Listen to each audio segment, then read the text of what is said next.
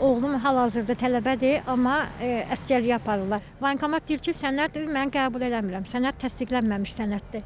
Amma mən Nazirliyə kimi gedib çıxmışam, sənədi yoxlatdırmışam. Sənəddə heç bir problem yoxdur.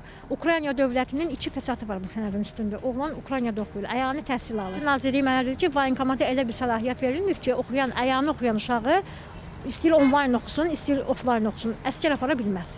Uşağı kabinetə salıb, uşağı ərizə yazdırıblar ki, mən təhsildən imtina edib əsgərliyə gedirəm. Yaxşı, əgər bu təhsil yoxdursa, deyir ki, fiktivnidir bu kağız, mən bunu qəbul eləmirəm. Və hansı təhsili saxlayıb uşaq məcburi olaraq gedir əsgərliyə? Hal-hazırda Ukraynada bildiyiniz kimi müharibə şəraitidir. Müharibə şəraitində olduğuna görə bizim gənclərimiz Ukraynada distant formada təhsil alırlar. Distant formada təhsilin Azərbaycanda diplomu konkret olaraq tanınmır. Amma bu hərbi xidmətdən möhlət hüququ verməməyə də əsas deyil. Yəni hərbi xidmətdən möhlət hüququ məhz təhsil haqqında qanunda özünü əks etdirib.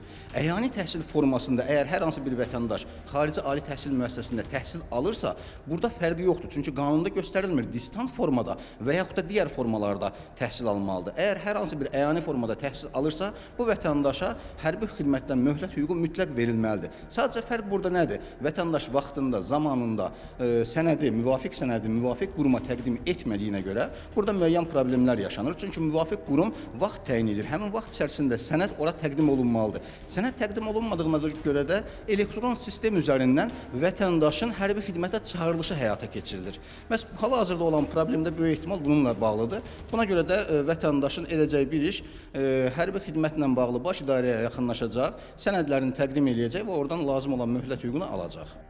Məsələ ilə bağlı səfərbərlik və hərbi xidmətə çağırış üzrə dövlət xidmətinə sorğu ünvanladıq. Qurumdan bildirildi ki, ali təhsil pilləsinin bütün səviyyələri üzrə xarici ölkələrdə faktiki olaraq əyani təhsil alan çağırışçılara heç bir məhdudiyyət tətbiq edilmədən çağırışdan möhlət verilir. Lakin distant formada təhsil alan çağırışçılara möhlət hüququ şamil olunmur.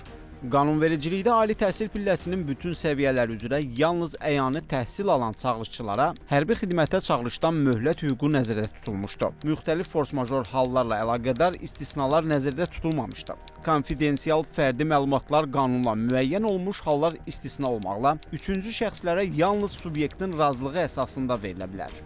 Beləliklə, rəsmi qurumun açıqlamasına əsasən distant formada təhsil alan çağırışçılara, həmçinin müharibə kimi force-major hallara qanunvericilikdə istisna nəzərdə tutulmayıb. Bu isə xaricdə təhsil alan bir çox tələbənin hüquqi statusu ilə bağlı suallar doğurur.